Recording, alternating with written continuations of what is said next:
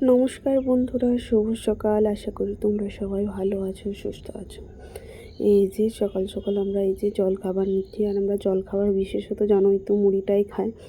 তো এখানে দুজনের জন্য মুড়ি বেড়ে নিচ্ছি। আজকে কাজে না প্রচণ্ড পরিমাণে লেট হয়ে গেছে, কারণ সোনাকে টয়লেট করতে উঠেছিলাম ওই 4:30 পৌনে 5টা নাগাদ।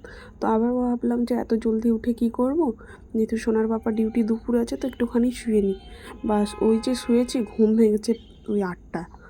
তো কাজের সব কিছুই লেট, জানো তো, 5 মিনিট এদিক ওদিক হলেই লেট হয়ে যায় সব কিছু। তো আমার তো প্রায় 3 ঘন্টা মতো লেট হয়ে গেল। তো এদিক ওদিক হবেই কাজে, তো তাড়াহুড়ো করে সমস্ত কাজ করতে হচ্ছে। আর এদিকে দেখো একটা ওই যে চোনার নাড়ু হয়, তো এটা আমার হাজব্যান্ডের বন্ধুর মা দিয়েছিল একটা। তো এটা অনেক বড়, তো প্রায় বোধহয় 5-6 দিন আমাদের হয়ে যাবে আরামসে। খাওয়াই হচ্ছিল না, তো ভাবলাম যে আলু সেদ্ধ মুড়ির সাথে বেশ ভালো লাগবে। আর এই যে বাইরে বসেছি, তো ওই যে জামটার মধ্যে নিয়েছি, তো জামটাতে কালো কালো কি লেগে রয়েছে উপরটাতে, ওটাই একটুখানি দেখছিলাম। তো শীতকালে তো একটু রৌদ্রের মধ্যে খেতে তো বেশ ভালোই লাগে। আর সোনা একটুখানি গেছে ওর একটা বান্ধবীর বাড়ি, মানে বান্ধবীর বাড়ি বলতে সোনার বাবা ওকে নিয়ে বাইরে বেরিয়েছিল, তো ওদের সাথে চলে গেছে, তো আসতে চাইলো না। তো ওই জন্য সোনার বাবাকে বললাম যে মুড়িটা খেয়ে নাও, তারপরে চলে আসবে। ওই জন্য এই যে তারপরে চলে এসছে। এই যে এই মেয়েটা দেখছি, বাচ্চা মেয়েটা, ওরই বাড়ি গেছিলো। এই যে সোনা চলে এসছে, তো এখানে খেলনাগুলো দিয়ে নিয়েছে। আর এই যে দেখতেই পাচ্ছ কী পরিমাণে কাজ রয়েছে।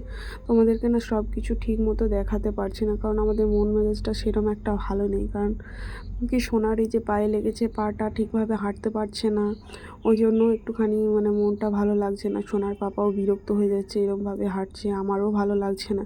ঠিক কাজে মন বসাতে পারছি না। কাজগুলো করছি, কিন্তু তোমাদেরকে যে ক্যামেরা অন করে দেখাবো সেটাও মানে ভালো লাগছে না। তো কোনো রকম যেটুকু পেরেছি সেটুকু দেখিয়েছি।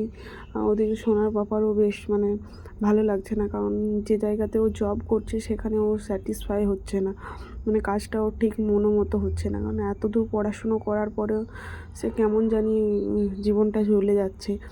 সোনার পাপা আজকেই বলছিল যে না হতে পারলাম মানুষ, না হতে পারলাম মুনিশ। মানুষ হলেও তো কিছু একটা ভালো কাজ করতাম, আর মানুষ হলেও নিজের মর্জি মতো কাজ করতাম। তো এটাই বলছিল, মানে সোনার পাপা কাজটাতে স্যাটিসফাই হচ্ছে না। এত দূর পড়াশুনো করে কী যে করলাম লোকের কাছে বলতে একটুখানি লজ্জা লাগে। তো এটাই বলছিল। আর এদিকে সময়টা আমাদের সত্যিই খুব খারাপ চলছে। সোনার বাবা অন্য জায়গায় কাজে ট্রাই করছে, অন্য জায়গাতেও কিচ্ছু হচ্ছে না।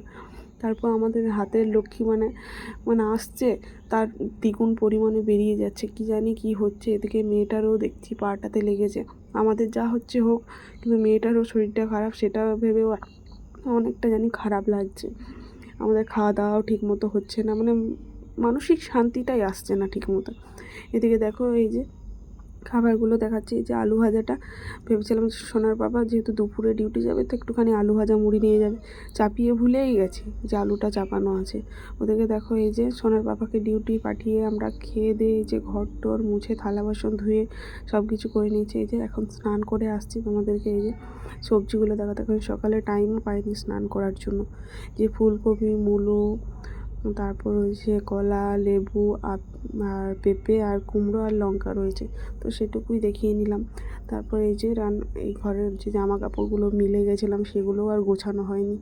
মানে কেমন জানি দিনগুলো যাচ্ছে, ঠিক মানে ভালো লাগছে না। হ্যাঁ, আমি তো সকালে ভয়েস ওভার দিই, ওই জন্য দেখো এদিকে সোনা উঠে গেছে, দৌড়ে গেলাম আবার ওকে দেখতে।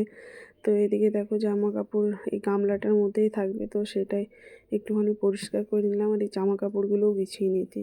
আর এই সময়টাতে না আমরা দুজনের কথাগুলো মানে একটু কেউ কিছু বললেই দুজনেই রেগে যাচ্ছি, জানি না কি হচ্ছে। মানে কাজে নজর পড়েছে বুঝতে পারছি না, মানে দুজনের কথাগুলোতে একটুতেই রেগে যাচ্ছি, মানে মানসিক শান্তিটাই পাচ্ছি না খুঁজে। আর এই সময় মানে যখন কিছু হয় না, তখন সমস্ত পুরনো কথা সে যেন ঝালাই করে নেওয়া হয়, সেরকম সব কিছু মানে পুরনো খারাপ কথাগুলোই শুধু মনে পড়ছে, মানে ভালো কোনো চিন্তাই আসছে না। তো কী করা যাবে জানি না, কখন কি ঠিক হবে সেটাও জানি না। ভগবানকে ডাকছি শুধু, মেয়েটাকে একটুখানি ভালো রেখো, আর আমাদের মনের মধ্যে একটুখানি শান্তি দিও। সুখের দরকার নেই, মানুষের শান্তিটা যদি থাকে না, সেটাতেই সব কিছু হয়। তো ওই দিকে দেখো, ওদিকে জামা কাপড়গুলো নিয়ে এলাম। আর এদিকে আমার মেয়ের শরীর দেখতেই পাও, একদম পাতলা। তো ওর কোনো জামা কাপড়ই না ওর গায়ে ফিট হয় না। ওই জন্য এই যে সোয়েটারটা নতুন আগের বছর কিনে রেখেছিলাম, কারণ শীতকালে শুরুতে না সোয়েটার সেরকম একটা পাওয়া যায় না। যেহেতু শীতটা আগের থেকেই সোয়েটার পরাতে থাকি, তখন মানে দুর্গা পুজোর পর থেকেই টোয়েটার পরাতে থাকি, তো পাওয়া যায় না। ওই জন্যই আগের বছরে এই সোয়েটারটা কিনে রেখেছিলাম। তো ওই সব কিনে রেখেছিলাম, তো দেখছি বড় হচ্ছে, মানে আমার মেয়ের গায়ে আগের বছরের সোয়েটারগুলো এখনও হয়ে যাচ্ছে। ওই জন্য একটুখানি চারিদিক থেকে সেলাই করে নিলাম। এই সোয়েটারটারও সেলাই করে নিয়েছি। ওই যে আরেকটা ফ্যাশনেবল সোয়েটার গেঞ্জিগুলো আছে সেটাও সেলাই করে নিয়েছি, কারণ এই যে এটাকেও সেলাই করে দিয়েছি। তো যাই হোক, ওর গায়ে বসে না তো কিছু করার নেই। একটুখানি টাইট না পরলে ঠান্ডা লাগবে, একটুখানি ঢিল হলে আবার বেশ ঠান্ডা মানে বাতাস ঢোকে, ওই জন্য সব কিছু সেলাই করে নিলাম। আর শীতকালে এই গামলাটা আমার সারা শীত জুড়ে আমার ঘরে থাকবে, কারণ এই গামলাটার মধ্যে যেসব সোয়েটারগুলো রোজ তো কাচা হয় না, একদিন দুদিন পরা হয়, তারপরে সেগুলোকে কাচা হয়, কিন্তু রোজ তো কাচি না, ওই জন্য আর আলমারিতেও তুলি না। এই যে গামলাটা রয়েছে, এই গামলাটার মধ্যে রেখে দিই। কোথায় রাখবো, কোথায় খুঁজে বেড়াবো, জায়গা খুঁজতে হবে, ওই জন্য একটা গামলা করি। তো এই বছরও রেখেছি, জানি না আমার মেয়ে কখন কি গামলা থেকে ফেলবে সেটাও এখনও জানি না। আপাতত গামলার মধ্যেই আছে, আবার যদি গামলা থেকে ফেলে তখন আবার কোনো ব্যবস্থা করতে হবে। আর গামলাটা রাখি এই যে উপরটাতে, কারণ তাহলে কোনো পোকামাকড়ও ঢুকতে পারবে না, আর সেরম মানে ধুলোবালিও ঢুকবে না ঝাড় দেওয়ার সময়। তো ওই জন্য এটার মধ্যেই রাখি। তো জানি না আমার মেয়ে কত দূর কী করবে। আর এদিকে দেখো জামা কাপড়গুলো গুছিয়ে নিচ্ছি, যেগুলো দিদির বাড়ি যাওয়ার আগে যেগুলো কেচেছিলাম সেইগুলো। আর আজকের যেগুলো কেচেছি ওগুলো তো অনেক লেটে কেচেছি, প্রায় ওই 1টা নাগাদ কেচেছি। তো সেগুলো তো শোকাবার কোনো প্রশ্নই নেই, সেগুলো আবার ভালোভাবে গুছিয়ে, মানে গুছিয়ে বলতে গামলার মধ্যে রেখে তারপর আবার সকালে রোদ্রে দিতে হবে, কারণ শোকায়নি। আর এগুলো সব কিছু গুছিয়েছি।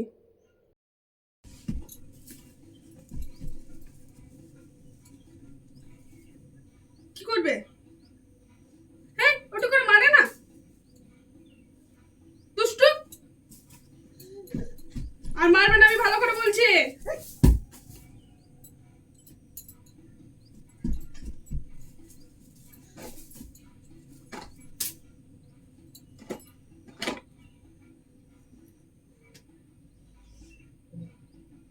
তুমি এই বদমাইশিগুলো কার কাছে শিখছো?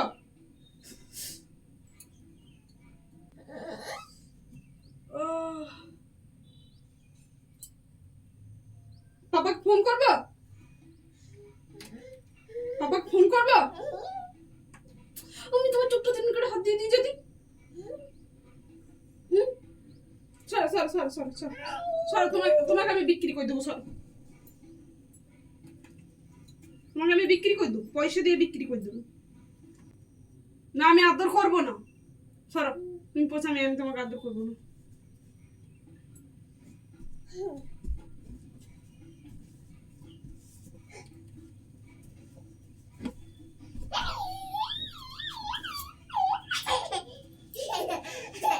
বদমাইশ।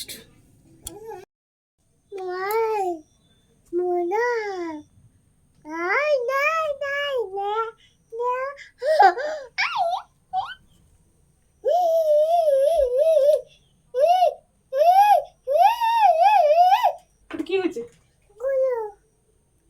কি আওয়াজ উঠছে দেখ। ভূত ভূত। তো বাইরে জামা কাপড়গুলো নিয়ে আসি। এদিকে দেখো বাইরে চলে এসছে, আর মেয়েটা দেখছো পাটা একটুখানি খুঁড়িয়ে খুঁড়িয়ে চলছে। এমনিতে পায়ে কোনো ব্যথা নেই, জানি না কি হচ্ছে বুঝেই উঠতে পারছি না। ব্যথা হলে তো হাঁটতে পারবে না, চাপ দিলে ব্যথা করবে, তো সেসব কিছু হচ্ছে না। কি জানি কি হচ্ছে, সময়টা এত পরিমাণে খারাপ যাচ্ছে আমাদের যে বলে বোঝাতে পারবো না। এই যে সোনাকে যে জামা কাপড়ের ক্লিপগুলো দিচ্ছি, ওকে রাখতে দিচ্ছি, আর আমি জামা কাপড়গুলো ঝটাপট গুছিয়ে নিই। এক্ষুনি রোদ্দুর দেখাচ্ছে, আবার এক্ষুনি কুয়াশা নেমে আসবে, মানে জামা কাপড়গুলো আরও কেমন হয়ে যাবে। ওই জন্য ভাবলাম যে জামা কাপড়গুলো তুলে নিই, তারপর সোনাকে খাওয়াবো, চুল আঁচড়াবো, নিজেও একটুখানি চুলটা আঁচড়াবো। আর এই চিন্তায় না চুল এত পরিমাণে উঠছে যে কিছু বলার নেই, চুলটা পাতলা হয়ে যাচ্ছে। সোনার পাপাও বলছে যে আমারও না ভীষণ পরিমাণে চুল উঠছে। কখন জানি দুজন টাকলি হয়ে ঘুরে বেড়াবো সেটাই ভাবছি। আর এই যে সমস্ত জামা কাপড়গুলো তুলে নিই। তো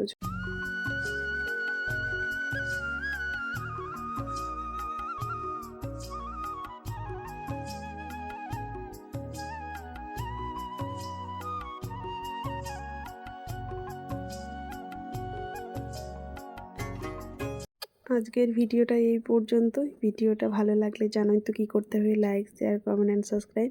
কালকে চলে আসবো নতুন আরেকটা ভিডিও নিয়ে।